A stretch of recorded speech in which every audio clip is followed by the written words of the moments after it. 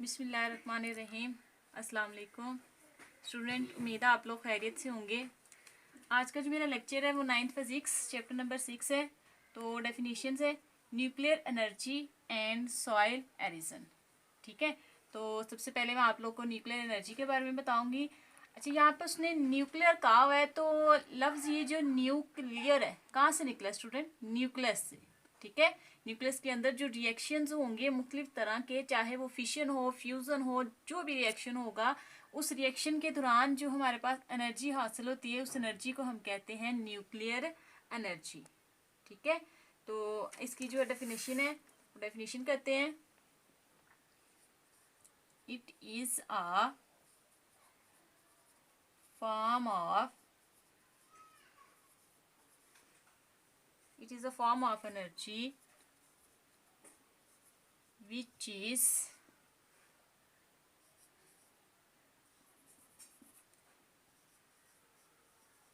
released from the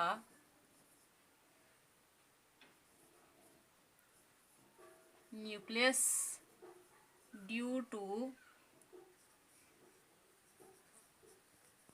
nuclear reaction.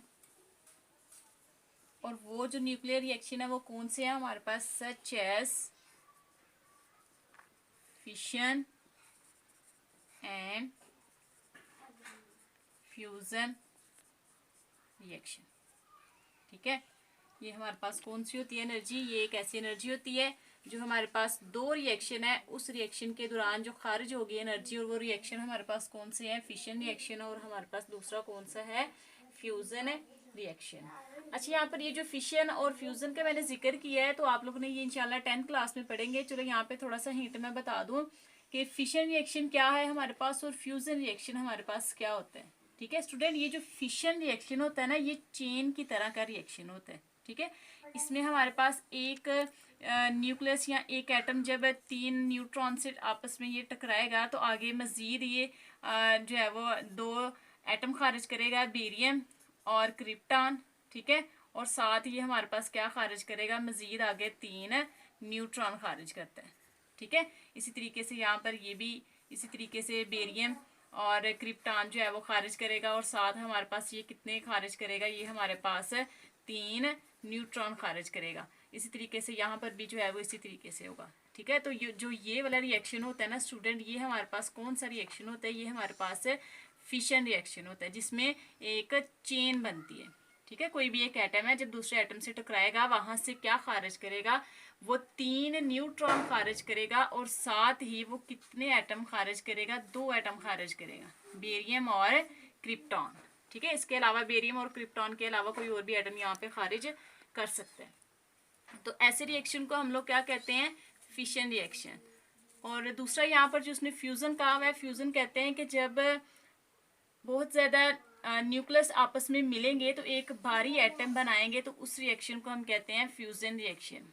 ठीक है, fission में क्या था? एटम था, एटम ने जो है वो न्यूट्रॉन को डिवाइड किया, डिवाइड करने के बाद वो एक क्या बनाता जा रहा है? एक चेन बना रहा है। और फिशन ने क्या करना है? इन सभी चेन्स को इकट्ठा करना है और एक एटम के अंदर बंद कर देना है। ठीक है स्टूडेंट, तो उम्मीद है आप लोग को ये फिशन और फ्यूजन के बारे में पता चल गया होगा जो मैंने इस टॉपिक में इस्तेमाल किया है, फिशन रिएक्शन और फ्यूजन रिएक्शन। ठीक है, फिशन रिएक्शन वो रिएक्शन होता है जो किसी भी एटम की चेन बनाए, और फ्यूजन क्या करता है? उस चेन को इकट्ठा करता है और मिला के एक भारी न्यूक्लियस, एक भारी एटम बना देता है।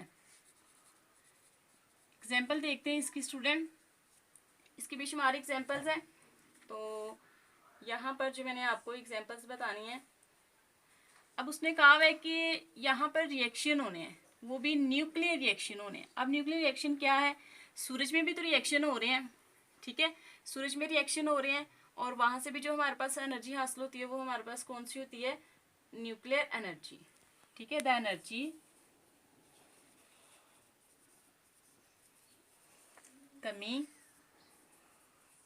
From the sun for last billion year is the nuclear energy. ठीक है, खरबों सालों से जो सूरज से हमें एनर्जी हासिल हो रही है, वो एनर्जी किसका नतीजा है हमारे पास, वो एक न्यूक्लियर एनर्जी का है। ठीक है स्टूडेंट, इसी तरीके से यहाँ पर जो हमारे पास हीट जो प्रोड्यूस होगी, heat energy produced in nuclear reactor. Nuclear reactor वो होता है जिसके अंदर कोई भी रिएक्शंस वगैरह किए जाए, उसे कहते हैं हम लोग nuclear reactor. Is also an example of nuclear energy. ठीक है स्टूडेंट, क्या होता है, मैंने इसकी दो एग्जाम्पल यहाँ पे बताई है कि जो खरबों सालों से जो सूरज से एनर्जी हासिल हो रही है, वो एनर्जी किसका नतीजा है, न्यूक्लियर एनर्जी का। और जो हीट प्रोड्यूस होती है न्यूक्लियर रिएक्टर के दौरान, तो वो किसका नतीजा है, वो भी हमारे पास न्यूक्लियर एनर्जी का नतीजा है। ठीक है स्टूडेंट, समझ आ गई होगी ना जी। अब ये जो दूसरी डेफिनेशन है, सॉइल एरिज्म। ठीक है, अच्छा स्टूडेंट, सॉइल तो हमारे पास सॉइल एरिजन कहते हैं जमीनी कटाव को। ठीक है, अब यहाँ पर ये जो जमीनी कटाव के लफ्ज उसने इस्तेमाल किया हुआ है, तो ये जमीनी कटाव जो है, जहाँ पर बंजर जमीन होगी उसे हम कहते हैं जमीनी कटाव। ठीक है, जहाँ पर जमीन जो है वो फटी हुई हो। ठीक है स्टूडेंट, सॉइल एरिजन किसे कहते हैं, जमीनी कटाव को।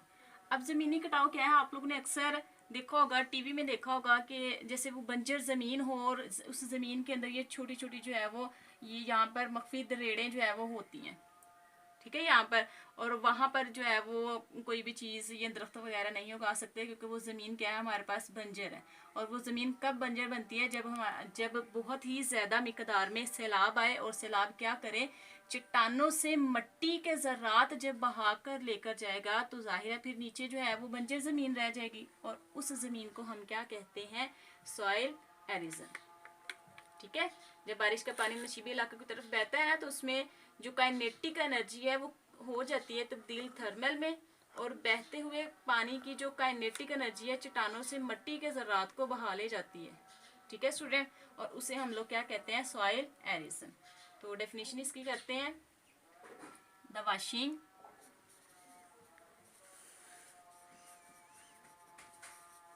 washing away of soil particles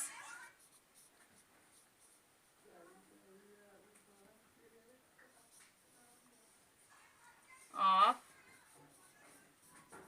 rocks is known as soil arisen. ठीक है स्टूडेंट, क्या डेफिनेशन मैंने किया यहाँ पर, washing away of soil particles of rock, चट्टानों से जब मट्टी के ज़र्रात अलग हो जाएंगे, वाश हो जाएंगे, तो वहाँ पर जो ज़मीन बचेगी उस ज़मीन को हम क्या कहते हैं, सॉइल एरिजन।